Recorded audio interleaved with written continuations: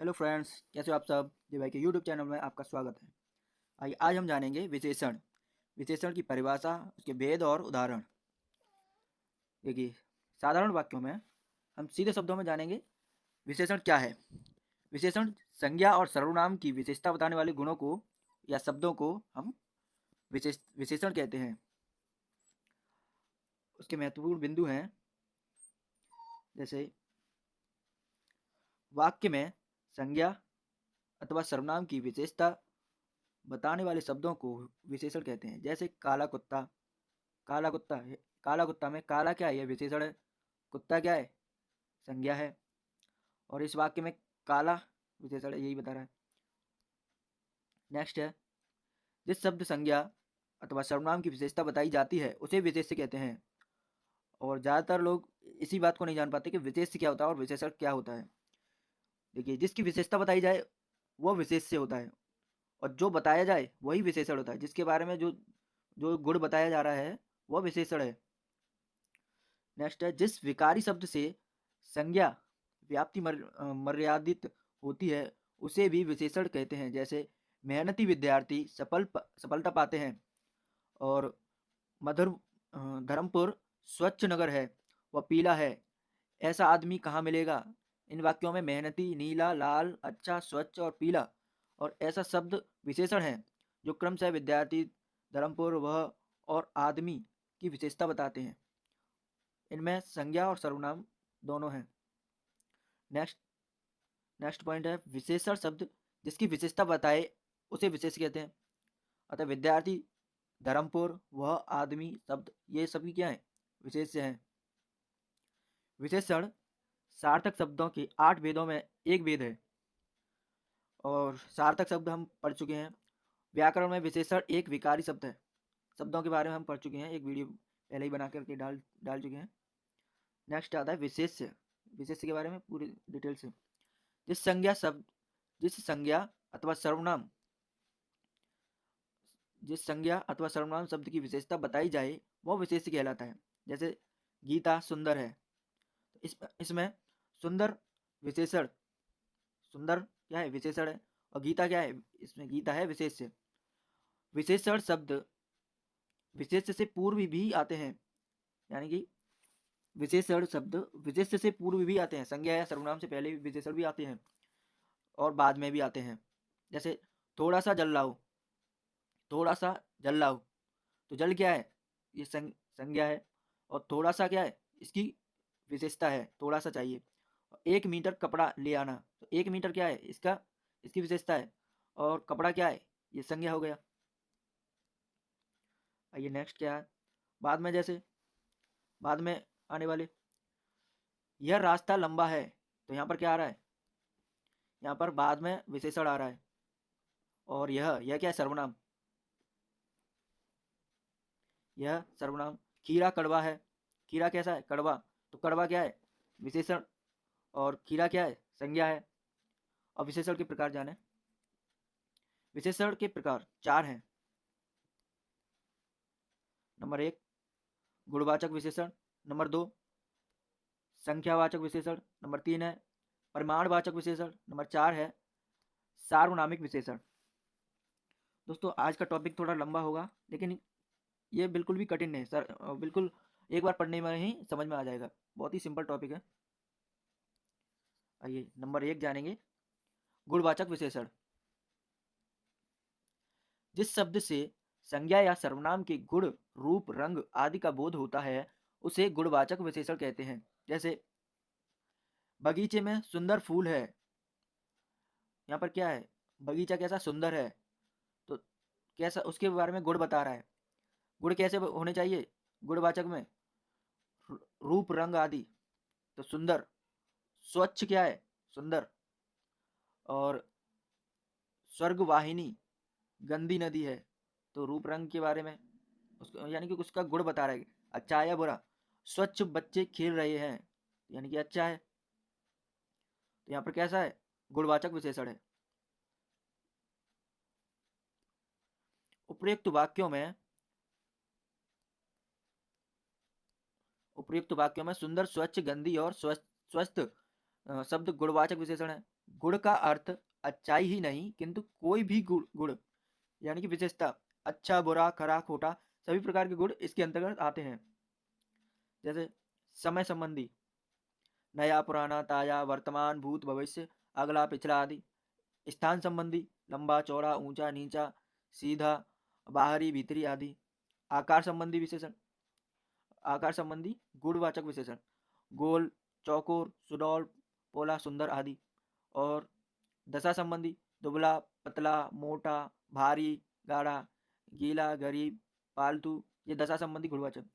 वर्ण संबंधी, वर्ण संबंधी लाल पीला नीला हरा काला बैगनी सुनहरी आदि।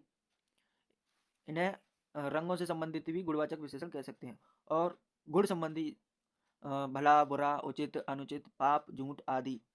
और लास्ट आता है संज्ञा संबंधी, जैसे मुंबईया बनारसी लखनवी आदि। नेक्स्ट आता है नंबर 2 संख्यावाचक विशेषण। आइए जाने संख्यावाचक विशेषण क्या है। जिस विशेषण से संज्ञा या सर्वनाम की संज्ञा का बोध होता है उसे संज्ञावाचक विशेषण कहते हैं। जैसे कक्षा में 40 विद्यार्थी उपस्थित हैं, कक्षा में 40 विद्यार्थी उपस्थित हैं, तो यहाँ पर 40 क्या है, संख्यावाचक विशेषण। यहाँ पर संख्याएं बताई जाती हैं, इसके नाम से ही पता चल रहा है कि यहाँ पर संख्याएं बताई ही जाएंगी, संख्याओं के बारे में बात करेगा। और दोनों भाइयों में बड़ा प्रेम है, तो यहाँ पर दोनों क्या है, दो भाइयों के बारे में बताया जा रहा है, बड़ा प्रेम है, तो दो क्या है, संख्यावाचक विशेषण है। उनकी दूसरी लड़की की शादी है, यहाँ पर भी दो के बारे में बता रहे हैं, यानी कि संख्या दो ही आ रही है, संख्यावाचक विशेषण। देश का हर एक बालक वीर है, हर एक बालक वीर है, यहाँ पर भी हर एक यानी कि संख्या में ज्यादा है, देश का हर एक, हर एक, हर एक के बारे में, यहाँ पर भी संख्यावाचक विशेषण है। उपयुक्त वाक्यों में 40 दोनों दूसरी और हर एक शब्द संख्यावाचक विशेषण है, जो कि हम पहले जान चुके हैं। और संख्यावाचक विशेषण के भी दो प्रकार हैं, आइए जाने संख्यावाचक विशेषण के दो प्रकार। नंबर 1 है निश्चित संख्यावाचक विशेषण, निश्चित संख्यावाचक विशेषण। और एक है अनिश्चित संख्यावाचक विशेषण, जैसे कि हम वहाँ पढ़ चुके हैं, हर एक क्या है, अनिश्चित संख्यावाचक विशेषण। और 1 2 3 40 ये क्या है, ये है निश्चित संख्यावाचक विशेषण। और यहाँ पर भी है, जैसे कि 1 5 7 12 तीसरा आदि, ये क्या है, निश्चित संख्यावाचक विशेषण। और कई अनेक सब बहुत और हर एक, ये क्या है, अनिश्चित संख्यावाचक विशेषण। और निश्चित संख्यावाचक विशेषण के 6 भेद हैं, आइए चलते हैं। नंबर 1 पूर्णांक बोधक विशेषण।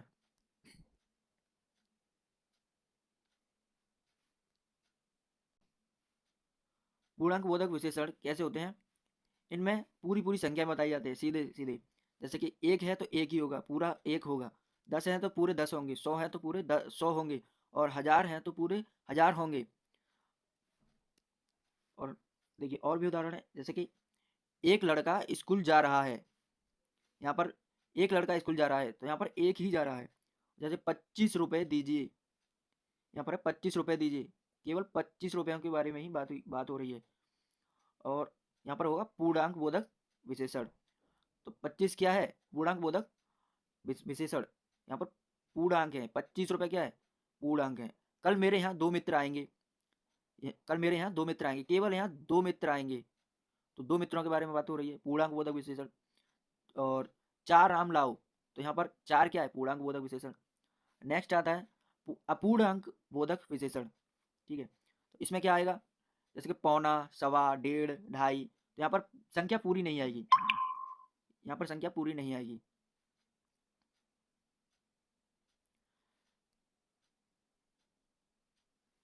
नेक्स्ट आता है, इसके उदाहरण भी देख लीजिए। मेरी जेब में 2.5 रुपए हैं, यहाँ पर दे रहा है मेरी जेब में 2.5 रुपए हैं, और पापा ने मुझे 125 रुपए दिए, यानी कि पूर्ण संख्या नहीं दी, कुछ ना कुछ आधा डेढ़ ऐसे ही दिया। दूधिया ने मुझे 1.5 ग्राम दूध कम दिया, यानी कि पूरी संख्या नहीं पाई जाएगी। और उसके बाद आता है क्रमवाचक विशेषण, ये जानेंगे क्रमवाचक विशेषण के बारे में। इसके बारे में देखिए, दूसरा चौथा 11वां और 50वां, यानी कि क्रमवाचक विशेषण। यहाँ पर क्रम दिखाया जाता है, जैसे कि पहला लड़का यहाँ आए, दूसरा लड़का वहाँ बैठे, राम कक्षा में प्रथम रहा। यहाँ पर क्रम दिखाया जाता है, यानी कि यहाँ पर सीरीज दिखाई जाती है, क्रम कौन से नंबर पर क्या है। तो यहाँ पर जहाँ क्रम दिखाया जाएगा वहाँ पर क्रमवाचक विशेषण रहेगा। आइए आगे चलते हैं। उसके बाद आता है आवृत्तिवाचक विशेषण। आवृत्तिवाचक विशेषण क्या है? जैसे दुगुना, तिगुना और 10 गुना, ये क्या है? आवृत्तियां हैं। तो ये क्या होगा? जैसे उसका एग्जांपल देखेंगे, मोहन तुमसे चौगुना काम करता है। तो चौगुना क्या है? आवृत्तिवाचक विशेषण। गोपाल तुमसे दुगुना मोटा है। गोपाल तुमसे दुगुना मोटा है। तो यहाँ पर आवृत्ति आ रही है, यानी कि गुणे में बढ़ रहा है, 2 गुना, 3 गुना, 4 गुना ऐसे। तो यहाँ पर क्या है? आवृत्ति आ रही है, बार बार वही लौट करके, 2 गुना, 3 गुना, 4 गुना, समझ लीजिए। ये क्या है? आवृत्तिवाचक विशेषण। नेक्स्ट आता है समूहवाचक विशेषण। समूहवाचक विशेषण में क्या है? जैसे तीनों, पांचों, आठों, ये क्या है? समूह है। 3 का समूह, पांचों का समूह, आठों का समूह। और इसका एग्जाम्पल देख लीजिए। एग्जाम्पल है, तुम तीनों को जाना पड़ेगा, यानी कि तुम तीनों को जाना पड़ेगा, एक साथ समूह में जाना पड़ेगा। यहाँ से चारों चले जाओ, चारों को ही जाना पड़ेगा। यहाँ पर एक या दो की बात नहीं, एक की बात नहीं हो रही है, यानी कि सब पूरे के पूरे समूह की बात हो रही है। यहाँ पर 3 है तो तीनों को जाना पड़ेगा, 4 हैं तो किसी काम के लिए, किसी जगह पर 4 आदमी है तो कोई भी काम करना है तो चारों के चारों को ही करना पड़ेगा। यानी कि जितने लोग वहाँ पर हैं उन सभी से बात की जा रही है कि जो वहाँ पर उपस्थित है उन सभी को, सबको मिल करके वो काम करना पड़ेगा। नेक्स्ट आता है प्रत्येक बोधक विशेषण। प्रत्येक बोधक विशेषण क्या है? जैसे प्रति, प्रत्येक, हर एक, एक एक आदि। ये क्या है? प्रत्येक को प्रसाद मिली, प्रत्येक को प्रसाद मिला। एक एक व्यक्ति पानी में डूब गया, एक एक व्यक्ति पानी में डूब गया, यानी कि प्रत्येक बोधक। यहाँ पर प्रत्येक या एक, ये शब्द जरूर आएंगे। तो यहाँ पर क्या हो जाएगा? प्रत्येक बोधक विशेषण। नेक्स्ट आता है अनिश्चित संख्यावाचक विशेषण, यानी कि संख्यावाचक विशेषण का दूसरा भाग। आइए जानेंगे इसे डिटेल में। अनिश्चित संख्यावाचक विशेषण से अधिकतर बहुत्व का बोध होता है। क्या होता है? अनिश्चित संख्यावाचक विशेषण से अधिकतर बहुत्व का बोध होता है। जैसे सारे आम सड़ गए, यानी कि बहुत नुकसान हो गया। पुस्तकालय में असंख्य पुस्तकें हैं, बहुत्व का असंख्य, यानी कि ज्यादा चीजों के बारे में बात की जा रही है। लंका में अनेक महल जल गई, लंका में अनेक महल जल गई, एक दो चीज के बारे में बात ही नहीं हो रही है, बहुत सारी चीजों के बारे में बात हो रही है। और सुनामी में बहुत सारे लोग मारे गए, बहुत्व। यहाँ पर परिभाषा में ही सीधे से समझाया गया कि बहुत्व की बात हो रही है। और निश्चित संख्यावाचक के अंतर्गत आने वाले पूर्णांक बोधक विशेषण के पहले लगभग या करीब बाद में एक या औ प्रत्यय लगाने से अनिश्चित संख्यावाचक विशेषण हो जाता है। जैसे लगभग 50 लोग आएंगे, लगभग 50 लोग आएंगे, करीब 20 रुपए चाहिए, सैकड़ों लोग मारे गए। तो यहाँ पर क्या क्या दे रहा है? एक या औ प्रत्यय लगाने से क्या हो जाता है? अनिश्चित संख्यावाचक विशेषण हो जाता है। जैसे कि यहाँ पर है सैकड़ों, तो यहाँ पर औ लग रहा है। और लगभग 50 लोग आएंगे, तो लगभग ऐसे शब्द आएंगे। और करीब, यानी कि करीब, लगभग, यहाँ पर दे रहा है ना पूर्णांक बोधक विशेषण के पहले, यहाँ दे रहा है ना पूर्णांक बोधक विशेषण के पहले लगभग, नंबर 1 लगभग, नंबर 2 करीब, नंबर 3 बाद, एक या औ ऐसे शब्द आ जाए तो वहां पर क्या हो जाएगा? अनिश्चित संख्यावाचक विशेषण हो जाएगा। कभी कभी दो पूर्णांक बोधक साथ में आकर अनिश्चित वाचक बन जाते हैं। जैसे 40-50 रुपए चाहिए, काम में 2-3 घंटे लगेंगे, काम में 2-3 घंटे लगेंगे। तो यहाँ पर भी अनिश्चित वाचक विशेषण हो जाता है। नंबर 3 पे आता है परिमाणवाचक विशेषण। यही जानेंगे परिमाणवाचक विशेषण के बारे में।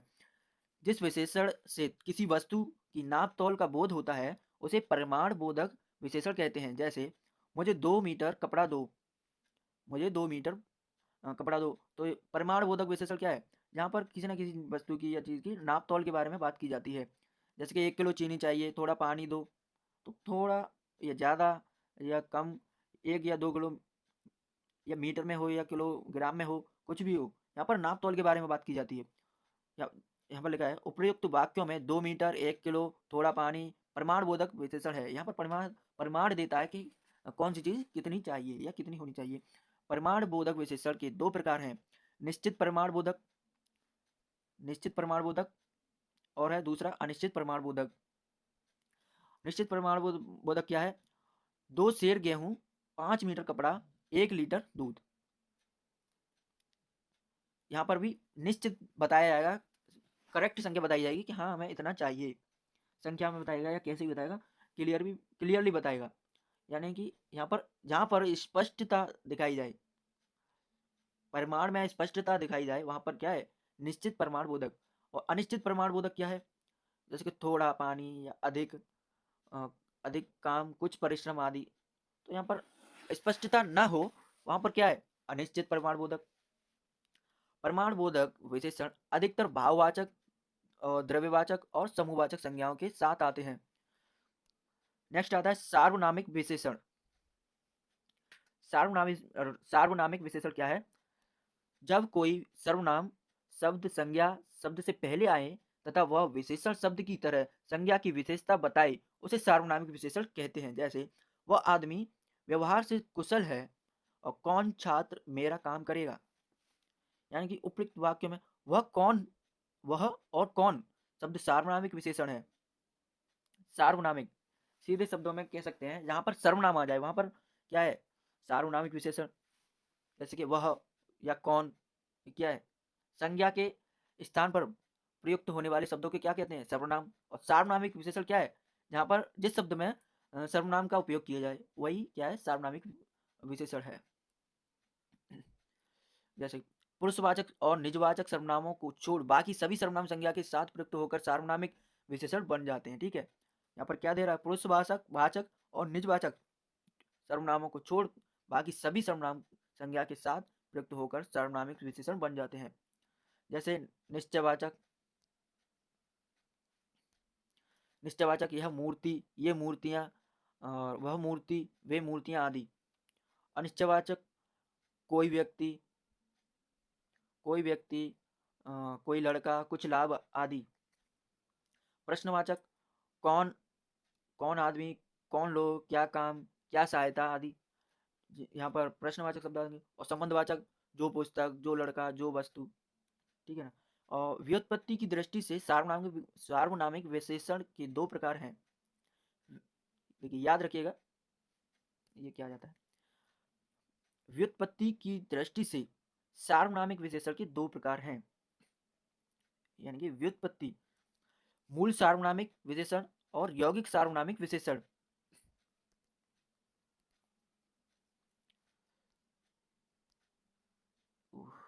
हाँ काम कर रहा है। मूल सार्वनामिक विशेषण क्या है? जो सर्वनाम बिना किसी रूपांतर के विशेषण के रूप में प्रयुक्त होता है उसे मूल सार्वनामिक विशेषण कहते हैं। जैसे वह लड़की विद्यालय जा रही है, कोई लड़का मेरा काम कर दे, कुछ विद्यार्थी अनुपस्थित हैं। इस वाक्य में, इन वाक्यों में वह, कोई, कुछ शब्द मूल सार्वनामिक विशेषण है। नंबर 2 आता है यौगिक सार्वनामिक विशेषण। जो सर्वनाम मूल सर्वनाम में प्रत्यय आदि जुड़ जाने से विशेषण के रूप में प्रयुक्त होता है उसे यौगिक सार्वनामिक विशेषण कहते हैं। जैसे ऐसा आदमी कहाँ मिलेगा, यहाँ पर क्या कह रहा है? जो सर्वनाम मूल सर्वनाम में प्रत्यय आदि जुड़ जाने से विशेषण के रूप में प्रयुक्त होता है उसे यौगिक सार्वनामिक विशेषण कहते हैं। तो ऐसा आदमी, तो यहाँ पर क्या हो रहा है? मूल सर्वनाम में प्रत्यय जुड़ करके ऐसा आदमी, तो यहाँ पर विशेषण भी बन रहा है। और ऐसा क्या है? विशेषण है। आदमी, ऐसा आदमी, ऐसा एक सर्वनाम भी है। जैसे कि हम पूछेंगे कि कैसा आदमी, तो वहां पर कहेंगे कि ऐसा। और यहाँ पर विशेषता भी बता रहा है, ऐसा आदमी कहाँ मिलेगा। तो ऐसा में क्या है? ये विशेषण भी है और सर्वनाम भी है। और कितने रुपए तुम्हें चाहिए, तो यहाँ पर कितने, तो यहाँ पर कितने बता रहा है, तो यहाँ पर विशेषण इसमें मिला हुआ है, सर्वनाम में मिला हुआ विशेषण, तो इसी को कहेंगे यौगिक। यौगिक यौगिक का मतलब क्या है? यौगिक का मतलब है जोड़, यानी कि किसी से मिला हुआ। तो यहाँ पर विशेषण और सर्वनाम मिले हुए आए तो वहां पर हो जाएगा यौगिक सर्वनाम, ठीक है ना। यौगिक सार्वनामिक विशेषण, जैसे कि मुझसे इतना बोझ उठाया नहीं जाता, मुझसे इतना, तो इतना शब्द सर्वनाम में भी आता है, और यहाँ पर विशेषता भी बता रहा है कि इतना, कोई पूछे कितना कि इतना, तो यहाँ पर विशेषता भी बता रहा है और सर्वनाम भी इससे मिला, इसी के अंदर, इस शब्द के अंदर ही मिला हुआ है, तो क्या हो जाएगा यौगिक सर्वनामिक विशेषण। उपयुक्त वाक्य में ऐसा, कितने और इतना शब्द यौगिक सार्वनामिक विशेषण है। यौगिक सार्वनामिक विशेषण निम्नलिखित सार्वनामिक विशेषणों से बनते हैं, आइए जाने कैसे। जैसे कि यह से बनता है इतना, इतने, इतनी, ऐसा, ऐसी, ऐसे, ठीक है ना। वह से क्या बनता है? उतना, उतने, उतनी, वैसा, वैसी, वैसे, वह से बनते हैं ये सारे शब्द, ठीक है। और जो से बनता है जितना, जितनी, और जितने, जैसा, जैसी, जैसे, तो ये क्या हो जाएंगे यौगिक सार्वनामिक विशेषण, ये सभी। और यहाँ पर निकाल करके ये चटा हुआ, ये क्या है? निचोड़ है। ये क्या हो गए? ये केवल सर्वनाम है, ये सभी क्या है? सर्वनाम है। कौन कौन से कौन से बनेगा? कितना, कितनी, कितने, कैसा, कैसी, कैसे, केवल कौन क्या है? ये क्या है? सर्वनाम है। सर्वनाम से मिलकर विशेषण, सर्वनाम में विशेषण मिल जाए तो क्या हो जाएगा यौगिक विशेषण, यौगिक सार्वनामिक विशेषण। संकेतवाचक विशेषण जो सर्वनाम संकेत द्वारा संज्ञा या सर्वनाम की विशेषता बतलाते हैं वे संकेतवाचक विशेषण कहलाते हैं। विशेष, क्योंकि संकेतवाचक विशेषण सर्वनाम शब्दों से बनते हैं अतः ये सर्वनामिक विशेषण कहलाते हैं। इन्हें निर्देशक भी कहते हैं। नेक्स्ट आता है प्रमाणवाचक और संख्यावाचक विशेषण में अंतर।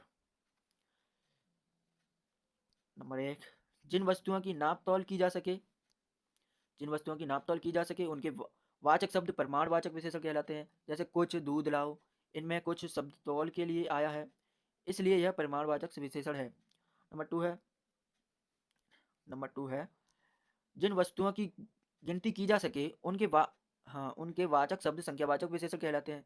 जैसे कुछ बच्चे इधर आओ, यहाँ पर कुछ बच्चों की गिनती के लिए आया है, यहाँ पर कुछ कुछ शब्द जो है बच्चों की गिनती के लिए आया है, इसलिए यह संख्यावाचक विशेषण है।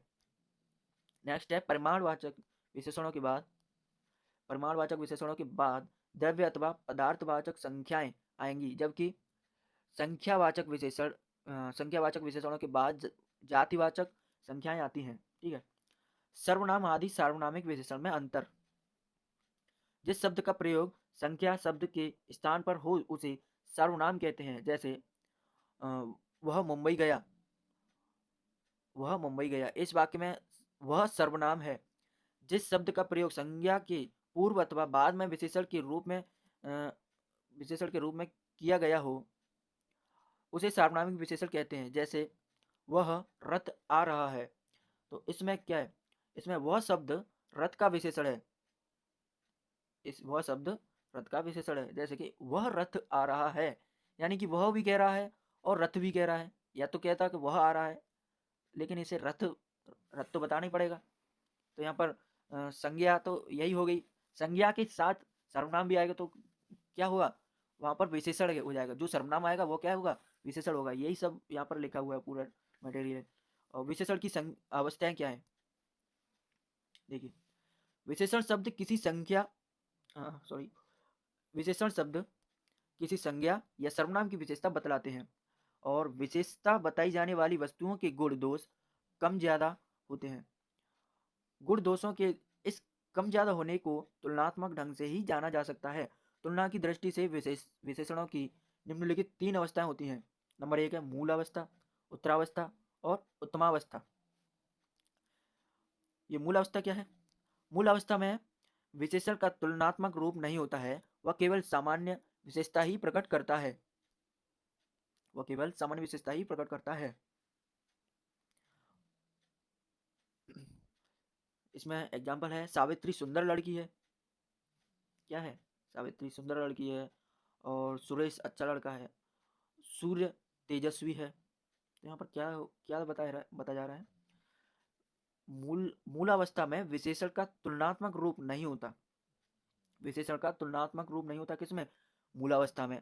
वह केवल सामान्य विशेषता ही प्रकट करता है, सामान्य विशेषता ही प्रकट करता है। तो यहाँ पर क्या दे रहा है, सावित्री सुंदर लड़की है, तो सामान्य विशेषता। तो यहाँ पर ये तो नहीं है कि सावित्री बहुत सुंदर है ना, केवल सामान्य है। और सुरेश अच्छा लड़का है, बहुत अच्छा तो नहीं दे रहा ना। सूर्य तेजस्वी है। उत्तरावस्था, जब दो व्यक्तियों या वस्तुओं के गुण दोषों की तुलना की जाती है तब विशेषण उत्तरावस्था में प्रयुक्त होता है। जैसे रविंद्र चेतन से अधिक बुद्धिमान है और सविता रमा की अपेक्षा अधिक सुंदर है। तो यहाँ पर क्या कह रहा है, जब दो व्यक्तियों या वस्तुओं के गुण दोषों की तुलना की जाती है, यानी कि जब दो व्यक्तियों या वस्तुओं की गुण दोषों की तुलना की जाती है तब विशेषण उत्तरावस्था में प्रयुक्त होता है। तो यहाँ पर क्या हो रहा है, यहाँ पर यही तो हो रहा है, रविंद्र चेतन से अधिक बुद्धिमान है, यानी कि दो लोगों की गुणों की तुलना की जा रही है। तो तुलना की जा रही है, तो वहां पर क्या है, उत्तरावस्था। और उत्तमावस्था क्या है, उत्तमावस्था में है, उत्तमावस्था है इसमें दो से अधिक व्यक्तियों एवं वस्तुओं की तुलना करके किसी एक को सबसे अधिक अथवा सबसे कम बताया गया है। यहाँ पर क्या क्या कह रहा है, इसमें कह रहा है यहाँ पर दो से अधिक व्यक्तियों के गुणों की बात की जाती है, उसकी गुणों की तुलना की जा रही है। लेकिन यहाँ पर एक को तो सबसे अधिक महत्वपूर्ण बताया गया है और एक को सबसे कम बताया गया है। जैसे कि पंजाब में अधिकतम अन्न होता है और संदीप निकट अ, निकृष्टतम बालक है। या तो बड़ा बताया जाएगा या छोटा बताया जाएगा। तो इसमें चाहे कितने भी लोग हों, या बड़ा बताया जाएगा या छोटा बताया जाएगा। वहां पर क्या हुआ, उत्तमावस्था। जैसे कि केवल गुणवाचक एवं अनिश्चित संख्यावाचक तथा निश्चित प्रमाणवाचक विशेषणों की ही ये तुलनात्मक अवस्थाएं होती हैं, अन्य विशेषणों की नहीं। ठीक है, विशेषणों की अवस्था के रूप, विशेषणों की अवस्था के रूप अधिक और सबसे अधिक शब्दों का प्रयोग करके उत्तरावस्था और उत्तमावस्था के रूप बनाए जा सकते हैं। कैसे, मूलावस्था, मूलावस्था क्या है, अच्छी, चतुर, बुद्धिमान और बलवान। तो इनसे मूलावस्था से उत्तमावस्था बन जाएगी। उत्तमावस्था क्या है, इससे और थोड़ा बढ़ करके जैसे कि अधिक अच्छी, अधिक चतुर, अधिक बुद्धिमान, अधिक बलवान, और इससे भी बढ़ करके उत्तमावस्था बन जाएगी। उत्तमावस्था क्या होती है, सबसे अच्छी, सबसे अधिक चतुर, सबसे अधिक बुद्धिमान, सबसे अधिक बलवान, यानी कि थोड़ा थोड़ा बढ़ना, ये इससे बढ़ के और ये इससे बढ़ करके। तो क्या है ये, मूलावस्था, मूलावस्था से बढ़कर उत्तरावस्था और उत्तरावस्था से बढ़कर उत्तमावस्था होता है। ठीक है, और यहाँ पर क्या कह रहा है, इसी प्रकार दूसरे विशेषण शब्दों के रूप भी बनाए जा सकते हैं। तत्सम शब्दों में मूलावस्था में विशेषण का मूल रूप उत्तरावस्था में तर और उत्तमावस्था में तम का प्रयोग होता है। आइए जाने कैसे बनते हैं। देखिए, मूलावस्था, मूलावस्था से जैसे कि उच्च है, उच्च से क्या बन रहा है, उच्चतर, थोड़ा और बढ़ गया ना। और उत्तमावस्था कैसे बनेगी, उत्तरावस्था से उच्चतम, ये और उससे थोड़ा बढ़ गया। कठोर से कठोरतर, कठोरतर से कठोरतम, गुरु से गुरुतर, गुरुतर से गुरुतम, और महान से महानतर या महत्तर, और महत्तर से महानतम या महत्तम, न्यून से न्यूनतर, और इससे आगे हो जाएगा न्यूनतम, लघु से लघुत्तर, नेक्स्ट हो जाएगा लघुत्तम। पूरे एग्जांपल देख लीजिए, तीव्र से तीव्रतर और तीव्रतम, विशाल से विशालतर और विशालतम, उत्कृष्ट से उत्कृष्टर और उत्कृष्टतम, सुंदर से सुंदरतर और सुंदरतम, मधुर से मधुरतर और मधुरतम। ठीक है, अब विशेषणों की रचना, विशेषणों की रचना क्या, कुछ शब्दों से मूल रूपों में ही विशेषण होते हैं, किंतु कुछ विशेषण शब्दों की रचना संज्ञा, सर्वनाम एवं क्रिया शब्दों से की जाती है।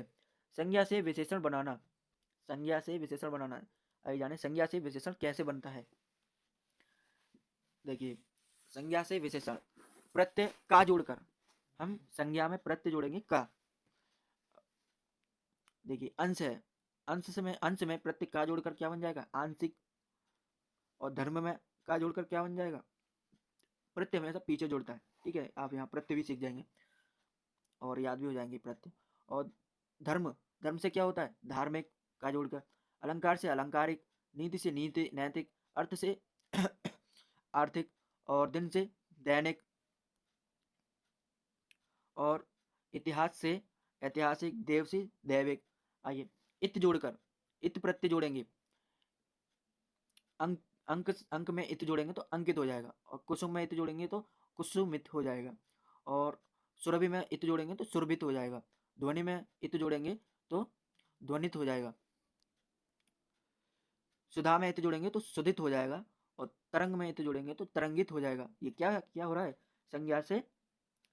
संज्ञा से विशेषण बन रहे हैं। ये क्या है, विशेषण, ये क्या है, संज्ञाएं। और इल जोड़ करके, तो जटा में इल जोड़ेंगे तो क्या हो जाएगा, जटिल। पंख में इल जोड़ेंगे तो क्या हो जाएगा, पंकिल।